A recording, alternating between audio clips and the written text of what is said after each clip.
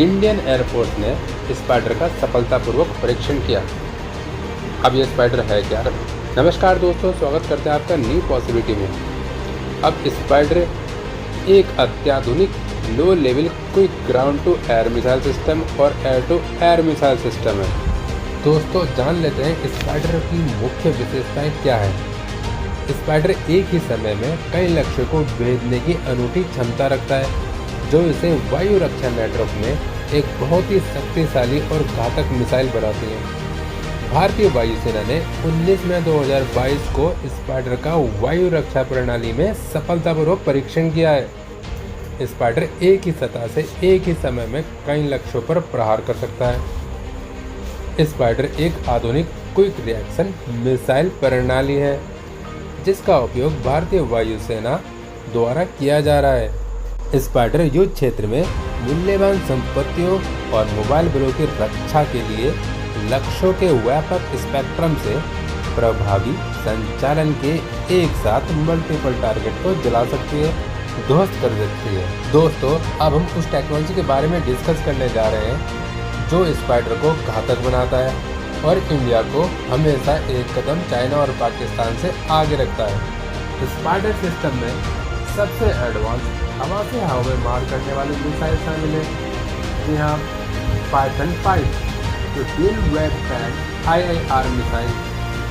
जान लेते हैं छोटा सा इसके बारे में भैया जानकारी, एक छोटा सा इंट्रोडक्शन कि IIR मिसाइल आखिर है क्या। ये नए ज़माने की हीट सेकिंग मिसाइल है जो यूटिलाइज करती है इमेज को और इंफ्रारेड सेंसर से, यानी कि अपने भैया इसमें कैमरे भी लगे हुए हैं, उनको अपने इंफ्रारेड सेंसर के द्वारा ये मिसाइल पहचान लेती है। अब ये काम भी कुछ ऐसे ही करती है, क्योंकि जो इसका सेंसर है वो सर्च करते हैं फॉर IR रेडिएशन जो निकलते हैं इंजन के बैक साइड पिछवाड़े, यानी कि इंजन की गर्मी से, और उसी के बेस पर ये अपने टारगेट को फोकस करती है और उसे जाकर ध्वस्त कर देती है। दूसरी जो टेक्नोलॉजी है वो DER BY active radar BVR है, यानी कि जो इसकी रेंज होगी दोस्तों वो लगभग 37 किलोमीटर के आसपास होगी। और जब मैं इसकी बात कर रहा हूँ तो आप इसका मतलब समझना, ये हवा से हवा में मार करने वाली मिसाइल सिस्टम है।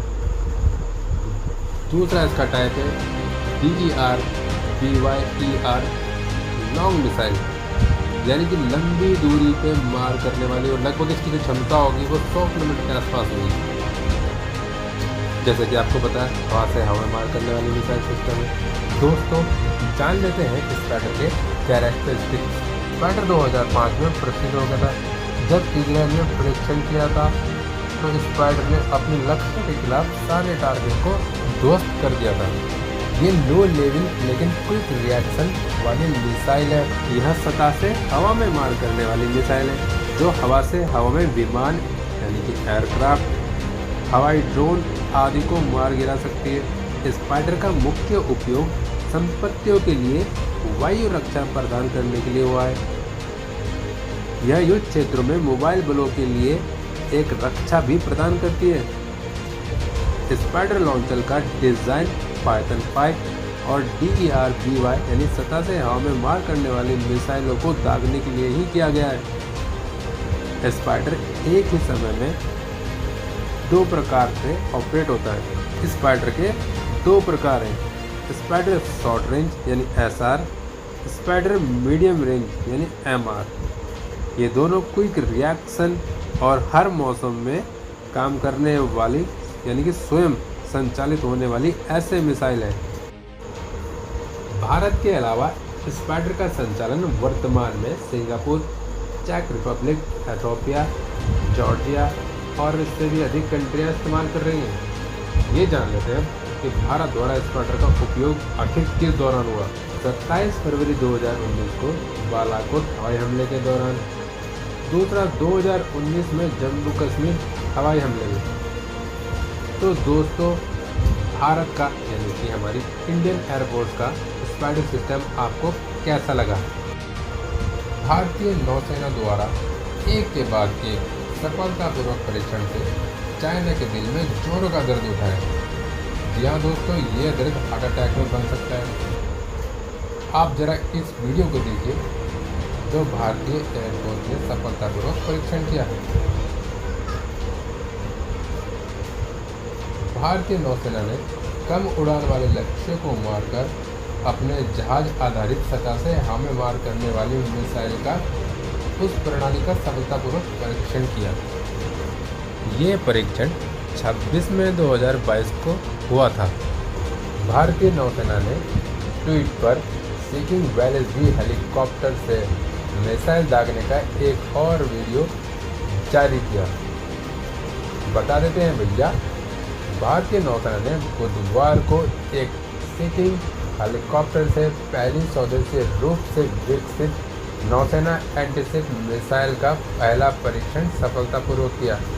दोस्तों, बढ़ते हैं अपनी अंतिम खबर की ओर, जिसको मुझे बताने में हृदय से बहुत प्रसन्नता और बहुत ज़्यादा खुशी है।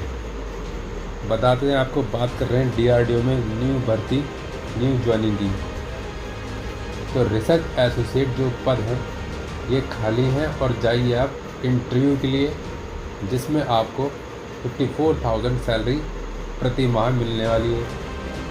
तो दोस्तों, इसके 3 इंटरव्यू हैं, जिसमें समय है बाकी तैयारी करने का, और इंटरव्यू का जो समय है वो 13/6/2022, 14/6/2022 और 15/6/2022 को है।